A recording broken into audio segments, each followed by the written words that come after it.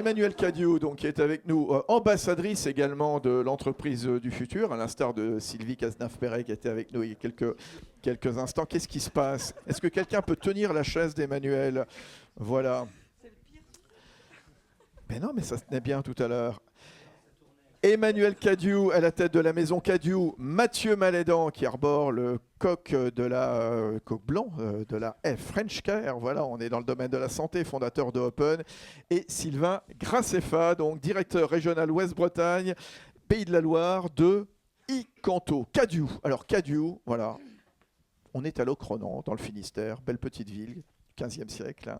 Vous fabriquez des portails, des clôtures, des garde-corps, des habillages extérieurs en aluminium, en bois. Plus de 50 ans d'existence, hein, avec des marques comme Costume, comme Majuscule. Ça a été fondé par Ronan et Monique Cadieux après la reprise de l'entreprise de menuiserie de bois familiale. Open, on parlait du monde de la santé. Vous allez adorer l'hôpital grâce à Mathieu. Voilà, vous aurez juste envie d'une chose, c'est d'aller faire un petit séjour à l'hôpital dans quelques instants. Il est à Rennes, c'est le spécialiste de la digitalisation du parcours du patient hein, dans les établissements de santé, dans les hôpitaux, dans les cliniques. Hein. On part du suivi à domicile et puis l'idée c'est de fluidifier le séjour du malade, le rassurer, améliorer son confort dans sa chambre, numériser l'admission, digitaliser le parcours ambulatoire, échanger des informations. Une tablette, vous savez, qu'il y a les tablettes qui est devant les lits, où avant il y avait des graphiques, tout ça, maintenant c'est une tablette connectée, on sait tout. Il y a même un service de télévision adapté.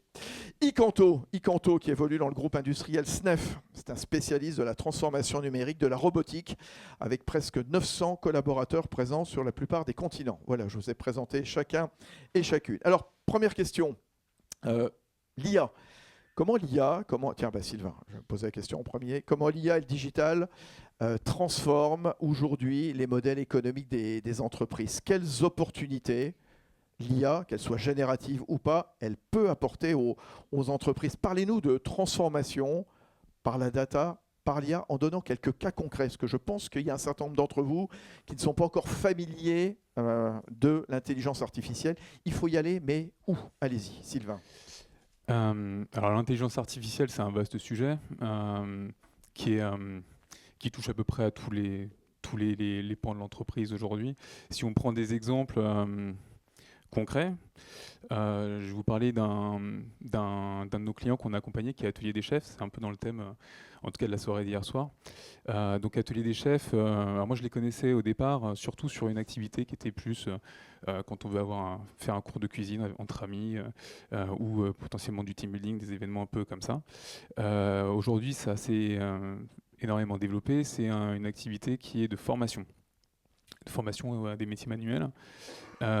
Et donc, Atelier des Chefs a des commerciaux qui échangent avec du coup des personnes qui veulent se former et du coup il y a tout un ensemble d'échanges par téléphone qui sont réalisés et c'est pas forcément, il y a pas mal de formations donc c'est pas forcément facile pour les commerciaux de maîtriser tous les sujets qu'ils doivent couvrir et ce qu'on a fait pour eux, donc on a mis en place une solution d'intelligence artificielle qui permet de faire de l'analyse de sentiments.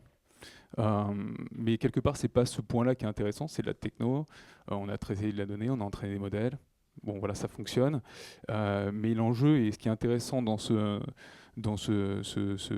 projet, c'est pas tant ça, c'est plutôt la manière dont ils ont réussi à l'amener en termes d'usage, d'adoption. C'est-à-dire que les commerciaux ont pu bénéficier de ces retours de l'intelligence artificielle pour pouvoir simplement échanger entre eux sur les bonnes pratiques des uns et des autres et créer l'émulation au niveau de l'équipe. Donc finalement, on voit comment l'intelligence artificielle ici a permis de créer du dialogue entre les collaborateurs et travailler sur l'humain finalement et comment il interagit.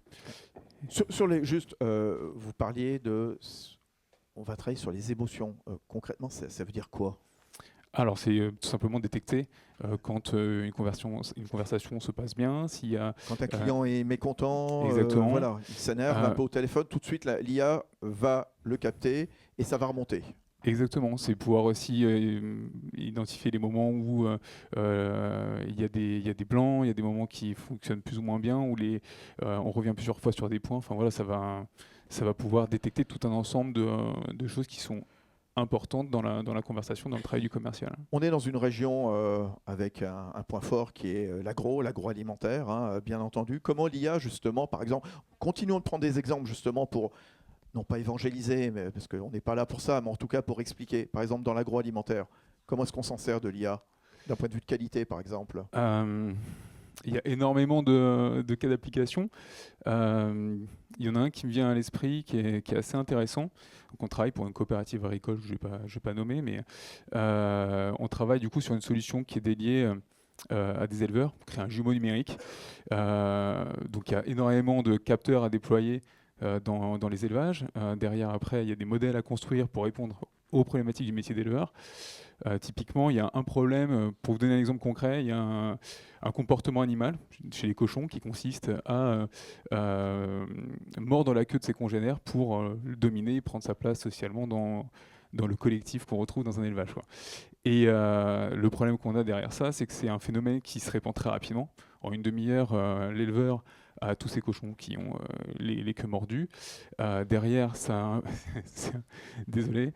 Mais alors, si on coupe à la naissance, effectivement, c'est une pratique, mais en termes de bien-être animal, c'est pas très compatible. Donc, en réalité, ce qui se passe, c'est qu'ils coupent 70% des queues de cochon. Donc, du coup, pour détecter ce phénomène, on utilise de la vision avec des caméras. Et on va pouvoir remonter ça à l'éleveur de sorte qu'il puisse éviter ce phénomène, et derrière ça évite de devoir administrer des antibiotiques, etc., dégrader du coup la valorisation du travail de l'éleveur, etc. Donc ça c'est un exemple, il y en a plein, mais tout le travail de ce type de projet, c'est de réfléchir justement au métier, comprendre ce qui se passe, avoir des échanges avec tous les personnes, mettre en dialogue les équipes, parce qu'il y a des équipes techniques, des gens qui vont déployer les capteurs, qui vont choisir les capteurs. Ces capteurs, ils vont devoir vivre dans la vraie vie.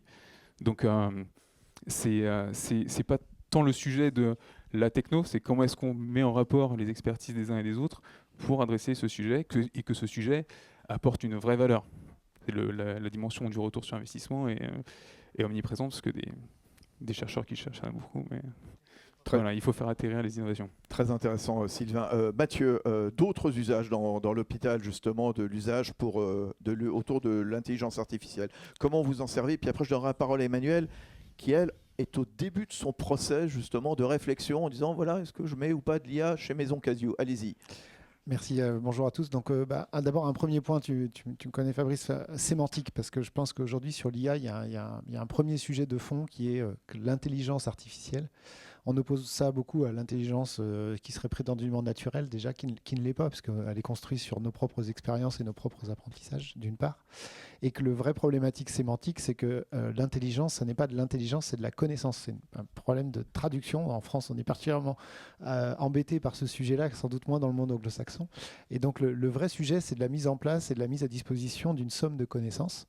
Et non pas du tout quelque chose qui va réfléchir à notre place. Donc ce sont que des modèles probabilistes. Et pour dépassionner encore plus le débat, sachez que les modèles de langage probabilistes sur lesquels sont basées la plupart des intelligences artificielles aujourd'hui, c'est des théories qui datent des années 70. Donc voilà, donc ça n'a rien de nouveau sous le soleil, c'est juste la suite logique de la digitalisation et de la numérisation.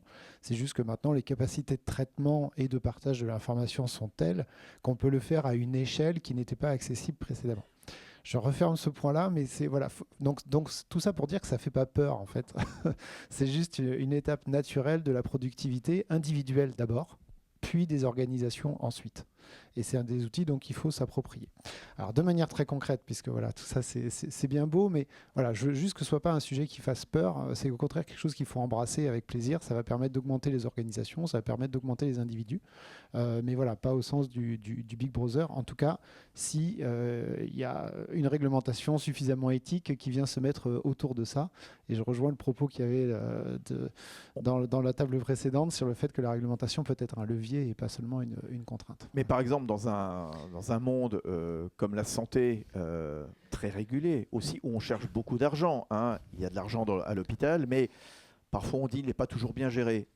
L'IA est un outil de bonne gestion, c'est-à-dire quand Exactement. on va fluidifier le parcours d'admission d'un patient dans un hôpital, quand on va faciliter son parcours ambulatoire, clairement, c'est du personnel qui est affecté à des vraie et bonne chose, hein, et pas Et- gérer de la paperasse idiote. Hein. Exactement. Donc de manière très concrète, ça veut dire quoi? Ça veut dire que les IA vont finalement faire comme toutes les étapes de la digitalisation qu'on a connues depuis les années 80, finalement faire tout ce qui est répétitif et idiot, de manière à ce que vous puissiez vous concentrer sur ce qui est votre vraie valeur ajoutée. Et dans le soin, évidemment, il y a un aspect bien sûr médical, pratique, parce que les soignants sont auprès des patients. Et par contre, aujourd'hui, il faut savoir qu'une infirmière ou une aide-soignante, c'est moins de 30% de son temps qui est passé auprès du patient. Hein. Donc ça veut dire que c'est les plus des 2/3 qui sont consacrés à d'autres choses, sans aucune valeur ajoutée. La pénurie, donc de manière très concrète, la pénurie des soignants, je pense que c'est devenu un mystère pour personne en ce moment. On a 18% des lits qui sont fermés en France faute de personnel, hein, avec une population moyenne. Donc la moyenne d'âge d'hospitalisation, c'est 72 ans. Et le nombre de personnes de plus de 80 ans va quadrupler dans les 15 prochaines années. Donc vous avez là un effet ciseau, comme on dit, qui va être totalement délétère pour notre capacité de traitement. Dans les hôpitaux, en même temps, vous avez aujourd'hui, le CHU de Rennes par exemple, un peu plus de 30% du personnel qui est du personnel administratif. Donc l'IA, elle va servir à ça. C'est-à-dire qu'aujourd'hui, finalement, la connaissance médicale, elle est très très avancée, et en tout cas bien plus avancée que l'organisation qui la délivre. Et donc la problématique, ça va être comment l'IA, eh bien l'IA, ça va être quoi? Ça va être la somme des connaissances des parcours patients en fonction des pathologies, du sexe, de l'âge, des précédents, enfin des antécédents, comme on dit dans le milieu. Et puis on va pouvoir se dire, finalement, on va pouvoir prédire, parce que ça va être ça le sujet, de dire finalement pour telle personne qui rentre dans un parcours patient, en fait, il y a 99% de chances que ça se passe exactement de cette manière-là. Et comme on sait ça, eh bien, on va pouvoir pré-remplir un certain nombre de choses, on va pouvoir sortir de l'urgence permanente, que ce soit celle des soignants, bien sûr, mais celle du patient aussi. Si vous l'avez été récemment, vous êtes toujours au courant de la prochaine étape de votre hospitalisation, à peu près entre 12 et 15 secondes avant le début de la prochaine étape. Et notamment quand on vous dit, ça y est, vous pouvez rentrer chez vous, en général c'est à 11 heures. Donc, qu'est-ce que vous mangez le midi? Tout le monde s'en fiche. Comment l'infirmière qui doit changer les pansements dès le premier soir arrive jusqu'à chez vous? Tout le monde s'en fiche. Et quand vous devez repartir avec du matériel médical, des béquilles ou un déambulateur, on vous donne une feuille de papier A4 dans laquelle il y a marqué que vous avez le droit à un déambulateur. Mais une feuille de papier A4 n'a jamais soutenu le poids d'un être humain. Donc voilà, donc tout ça, ça dysfonctionne. Et c'est exactement grâce à ça qu'on va pouvoir mettre l'organisation en ligne et donc baisser les coûts. Et l'exemple de l'hôpital est reproductible dans une entreprise petite, moyenne ou grande, bien entendu. Alors, j'ai voulu vous donner la parole en premier parce que vous êtes déjà bien acquis à la cause, hein, vous, puisque vous êtes fondateur d'Open, Sylvain qui accompagne justement avec Icanto les entreprises dans leur transformation numérique. Alors Emmanuel Cadiou, justement, la maison Cadiou, vous êtes au tout début du process. Vous vous êtes dit, l'IA, j'ai envie d'y aller, voilà. Et pourquoi faire, justement? Quel a été le déclic et est-ce que vous en êtes aujourd'hui de votre réflexion? Oui, Par nous, quoi on est une entreprise artisanale, donc Oui. on est fabricant de portails, clôtures, garde-corps, pergolas sur mesure. On a une grosse croissance du chiffre d'affaires parce qu'on a simplement proposé les produits qu'on faisait bien dans le Finistère à tous les Français et toutes les Françaises et maintenant à l'export. Mais globalement, on est quand même une technologie très artisanale avec des produits sur mesure. Chaque produit est différent, chaque client est différent. On a, comme je disais hier soir, 1800 clients ouverts, des artisans, des négociants, la grande distribution. On a vraiment des parcours clients extrêmement différents. Et ils s'attendent à recevoir la même qualité de service et de se dire, souvent ils sont seuls aussi. On parlait de la solitude du dirigeant avec Alban, mais la solitude de l'artisan, elle est hyper forte aussi. Et en fait, ils ont besoin de nous appeler tout le temps. Et on est vraiment comme si on faisait partie de leur entreprise. Et des fois, je suis dans la voiture avec les commerciaux et j'entends un gars qui appelle et comme ça, il dit, ça va? Ouais, ça va. Ok, j'appelle pour rien. Souvent, franchement, il appelle pour rien. Et parce qu'ils sont tout seuls, ils s'ennuient. Ou tu peux me donner le prix d'un portail 3,52 m par 1,40 m? Bah ouais. Donc le commercial prend son tarif derrière, il ouvre le tarif et dit voilà, ça coûte ça. Ah oui, d'accord. Mais c'est vraiment tout le temps comme ça. Donc voilà, c'est super, hein, ça marche plutôt bien, cette organisation, comme on disait, le service 5 étoiles. Nous, ce qu'on veut, c'est ça. Mais c'est pas facile, plus la multitude de clients est importante, plus on est une entreprise les clients sont étendue. différents aussi, voilà. Oui, globalement, plus ils sont différents, ils n'ont pas tous les mêmes attentes, mais on sent quand même qu'ils ont envie de garder ça. Et donc, comment faire pour garder cette qualité d'écoute et de disponibilité, tout en ayant autant de clients et des marques différentes et voilà, des produits différents. Donc, nous, on est plutôt à se dire, on est une entreprise qui est lean, donc très frugale. On a très peu investi dans notre transformation digitale parce que le lean manufacturing permet de remettre le client au centre de l'entreprise grâce à des petites étiquettes en plastique qu'on appelle des Kanban. Donc c'est vrai que nous, on n'a pas tellement digitalisé l'entreprise jusqu'à maintenant et ça marche très bien. Mais on se rend compte qu'il va falloir aider notre service commercial, service client en fait, pour que cette expérience 5 étoiles arrive. Parce que je crois que c'est vraiment ça notre trésor. Et donc ça doit passer par l'IA ? J'en sais rien. Pour l'instant, ça doit passer par le fait que je veux libérer mon personnel. Voilà, je veux libérer mes salariés de toutes ces contraintes administratives. Nous, comme on est des lean managers, on regarde les SAV toutes les semaines. Donc, les SAV sont analysés par chacun de l'entreprise où le SAV a eu lieu. Et c'est très dur d'être coupable d'avoir... créer un SAV à 3 000, 4 000 euros parce que tu t'es trompé d'un chiffre, quoi. Donc c'est une grosse charge mentale, le SAV, la non-conformité, comme elle est totalement intégrée dans notre entreprise, c'est une vraie charge. Donc je pense qu'on doit, comme vous l'avez dit, supprimer toutes ces tâches administratives inutiles dans notre entreprise. Mais ils ou elles ont peur d'y passer parce qu'elles ont, comme le mot intelligent, je pense qu'il a été très mal utilisé. Intelligence, on n'aurait pas dû le traduire, en américain, c'est plutôt l'intelligence, le côté intelligence, la surveillance aussi. Voilà. Il y a quelque chose qui s'est mal passé dans la traduction. Et comme on est des révolutionnaires et qu'on est des matheux et des littéraires, dès qu'on utilise l'IA, on triche. Globalement, moi qui utilise l'IA tout le temps, oui, mais c'est l'IA qui a généré. Ou alors maintenant, on va regarder si ma fille a fait sa lettre de motivation. On vérifie qu'il y a 60% généré par l'IA. Alors que c'est avec moi, on l'a fait tous les deux. Voilà. Donc c'est des tricheurs. Et ça, les Français, c'est mal perçu le fait d'être augmenté par l'IA. Alors très bien, Emmanuel, mais voilà, on a envie quelque part de soulager, de libérer un peu ses collaborateurs. Mais peut-être qu'eux n'ont pas envie. Ah ben j'en sais rien. Attends, c'est ça le problème. Et alors, parce qu'on dit, est-ce qu'on va me remplacer? Mais vous allez leur expliquer? Alors je suis en train là je suis en cours, donc j'ai accepté, comme j'ai accepté hier de venir ici, je suis allée à Carré au Festival des métiers, un truc un peu improbable, et j'ai rencontré Cyril Dassouza, tu connais Clément? Ah bah oui, c'est Polaria. Voilà, Polaria, oui, est-ce que je connaissais pas. Très efficace. Et incroyable le gars, il nous a fait une petite conférence très simple sur l'IA, sur tout ce qu'on pouvait générer avec l'IA, et donc ce que j'ai décidé, je pourrais t'inviter si tu veux Clément, je fais une conférence pour mes salariés. Voilà, je vais louer un amphithéâtre et ils n'ont jamais l'occasion de venir comme nous écouter des personnes qui font.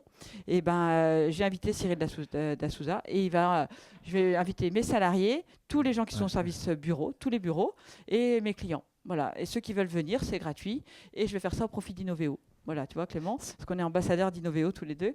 Et voilà, donc tout ce qu'on va gagner, on va faire payer juste un tout petit peu pour les personnes qui ne sont pas de chez Cadieux. Et l'idée, c'est d'acculturer l'ensemble du personnel, des salariés du Finistère, que ça va les augmenter, que ça va les libérer. Parce qu'aujourd'hui, ils ont peur. Sylvain, chez Icanto, l'exemple d'Emmanuel, il n'est pas isolé. Hein, pas du tout. Je pense que déjà, ce que vous mentionnez là sur la traduction, sur le fait d'appeler ça intelligence, je ne sais pas à quel point c'est avéré ou pas, mais j'ai eu une discussion il y a une semaine avec un de mes collègues qui me disait que ça devait venir d'un anglicisme qui a été mal traduit, Artificial Intelligence, avec Intelligence en anglais qui... Bon, je ne sais pas s'il y a des experts, je parle un peu anglais, mais pour intelligence, c'est plus connaissance, information. Renseignement. Donc, renseignement. Voilà. Bon, bref, là, ça c'était pour la remarque. Après, moi, j'utilise quotidiennement l'IA pour mes activités de conseil. Et c'est clair que je me vois un peu je suis né dans les années 80. Dans les années 2000, j'avais un téléphone mobile, j'avais eu cette première révolution. Puis après, derrière, il y a eu le smartphone et je me revois en train de dire mais j'ai pas besoin d'une caméra sur mon téléphone, j'ai un appareil photo, etc. Bon, aujourd'hui, j'ai un smartphone. Et je pense qu'on est un peu dans ce même temps aujourd'hui, c'est que l'IA, les produits, avec notamment tout ce qui a été... on entend beaucoup parler de ChatGPT. Bon, c'est pas le seul. Alors, il y a des enjeux de souveraineté, de sécurité, effectivement, mais c'est des sujets, c'est des technos qui vont de toute façon être diffusés, qu'on le veuille ou non. Et moi, à titre personnel, je trouve que ça devient indispensable. C'est-à-dire que je me vois plus travailler sans ça. J'ai PowerPoint, c'est plus propre. Exactement. Mais à chaque fois que j'utilise, on me dit oui, mais tu as utilisé l'IA. Bah oui, mais C'est pas une je tare. suis pas, voilà, c'est pas une non. tare, quoi. Si Voilà. ça peut soulager. Ça soulage. Moi, j'ai pas que ça à faire, comme on disait, les heures gagnées d'un dirigeant. Bah, moi, j'ai pas que ça à faire que de répondre à ces milliers de mails.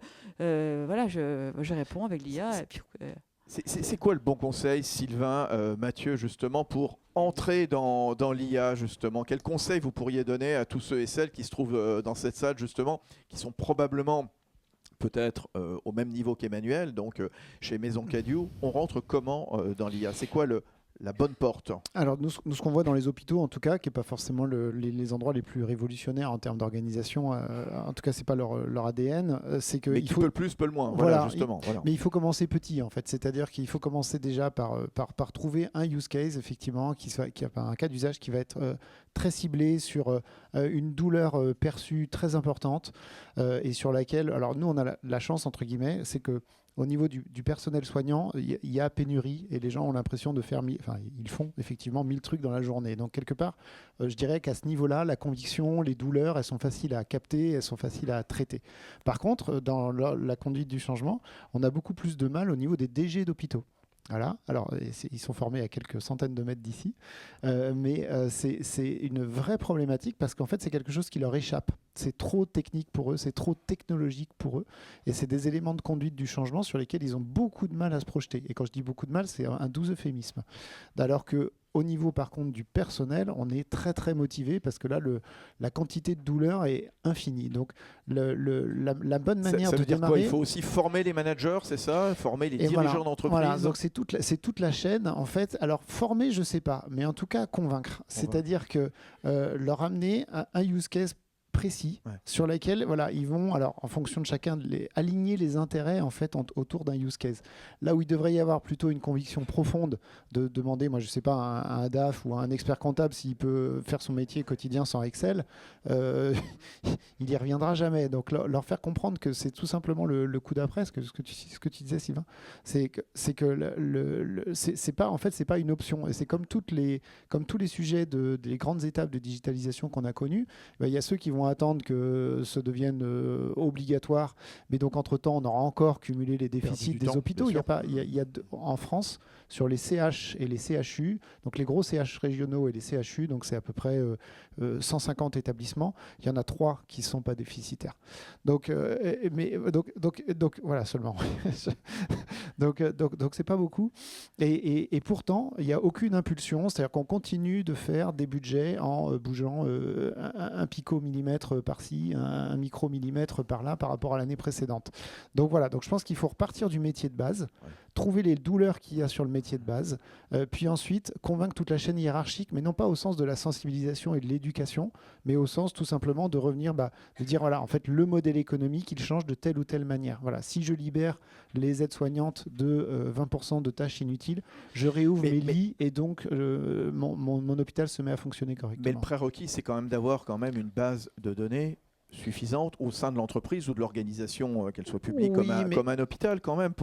Aujourd'hui, ça me paraît beaucoup moins. Je pense que partout, parce que il y a les IA, vous parliez de ChatGPT tout à l'heure, ça s'appuie sur des bases de connaissances. Alors d'ailleurs, on ne sait pas exactement lesquelles. C'est un vrai sujet de fond. Mais par rapport à vos organisations, elles vont s'appuyer sur vos données à vous. L'énorme avantage des IA aujourd'hui, c'est que vous n'êtes pas obligé de vous lancer dans un énorme travail de tri, d'organisation de vos données existantes, etc. Les IA vont être capables de naviguer correctement.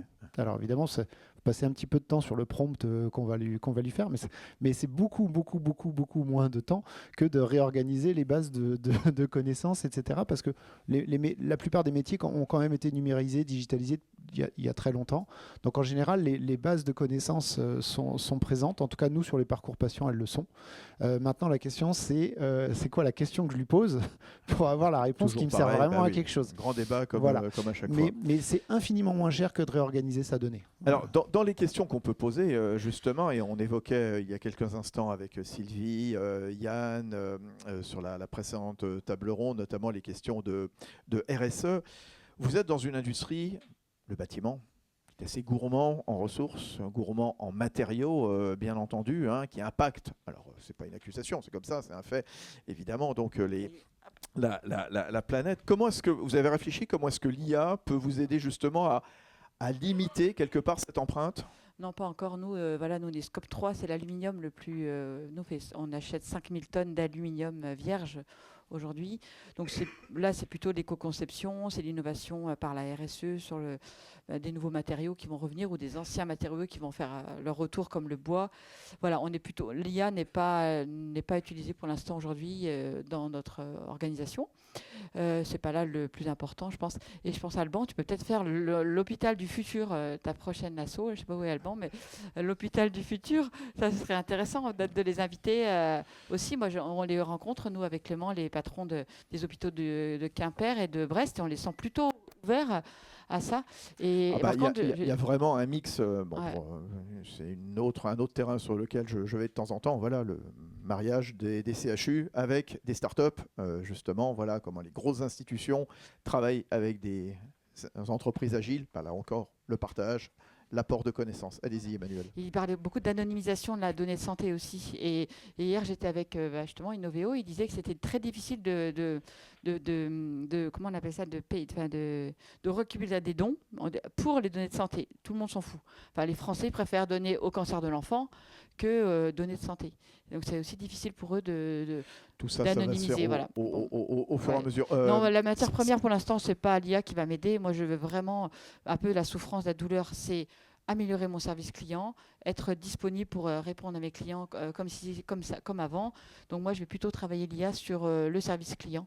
Et l'amélioration, je vais créer aussi un entrepôt de données de tout ce que je sais faire pour qu'il y ait une intelligence artificielle en interne qui va aider les nouveaux arrivants à répondre est-ce que ce portail coulissant de 6 mètres avec de la pente, on l'a déjà fait. Voilà, on va travailler. La première chose à faire, c'est ça. Sylvain, l'IA, levier de prédictivité, de performance durable. Je vais reprendre un exemple. Je pense que par rapport à ce que tu disais, Mathieu, je pense qu'il y a aujourd'hui des technologies, des modèles qui vont permettre justement d'aller chercher de l'information de manière plus souple, plus simple, même si elle n'est pas structurée, même si elle est disséminée dans tout un ensemble de systèmes, de fichiers Excel, chez des contrôleurs de gestion, des choses un peu difficiles à retrouver. Ça, c'est des problèmes qu'on rencontre chez nos clients. Et donc, si on veut réduire l'empreinte carbone, il faut déjà être capable de la mesurer. Et donc, l'IA peut permettre de répondre à ça. Après, derrière, il y a aussi un impact environnemental, un impact carbone lié à l'usage des technos du numérique au sens large et à l'IA en tant que telle. Donc après, derrière, la question qui se pose, c'est j'utilise de l'IA, mais pourquoi? Réfléchir à l'usage. Alors, du coup, ça c'est intéressant parce que du coup, c'est un sujet aussi qu'il faut creuser un petit peu parce que on pense souvent, quand on parle du numérique, on voit du cloud, on voit quelque chose de dématérialisé. En réalité, l'empreinte physique de toutes ces infrastructures, elle est vraiment réelle. Si ça vous intéresse, moi j'ai suivi quelques contenus sur. Il y a un bouquin qui est intéressant, Guillaume Pitron, qui parle de l'enfer du numérique, qui parle très bien de ça. Il y a Aurore Stéphan, Philippe Wix, il y en a pas mal qui parlent de ça. Jean Covici, qui est le plus connu, je pense. Donc c'est important aussi d'avoir conscience du fait que l'empreinte carbone du numérique au sens large, elle est vraiment matérielle. C'est des mines, c'est l'extraction de métaux, quand on veut réduire l'empreinte carbone de ces technologies, ce qu'il faut, c'est en premier lieu commencer à travailler sur plutôt le matériel et les smartphones typiquement, et essayer d'allonger la durée de vie. Donc, on en parlait avec Yann, justement, l'économie circulaire. Exactement. Voilà. Il va nous rester très peu de temps. Juste, pardon, Sylvain, l'IA, c'est combien de points de croissance, combien de gains pour l'entreprise? Alors ça dépend du cas d'usage. On parlait de supply chain tout à l'heure. Là, on a un sujet en cours chez un de nos clients. On est en train de mettre en place une solution d'aide à la palettisation. On parle de 25% d'économie sur les coûts de transport. Par contre, je pense qu'il faut donner aussi il faut donner du sens à ça parce que les gens, ils ont peur de perdre leur boulot. Les salariés ont peur de perdre leur travail et nos clients, nous, ils disent bah non, on continue comme avant parce qu'on ne veut pas que tu sois licencié. Ils le disent au téléphone.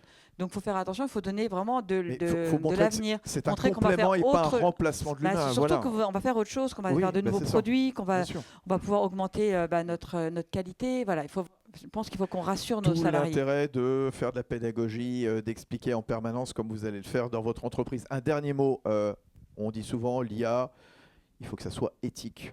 Voilà. Spécialement, notamment dans le domaine de la santé, où il y a une confidentialité.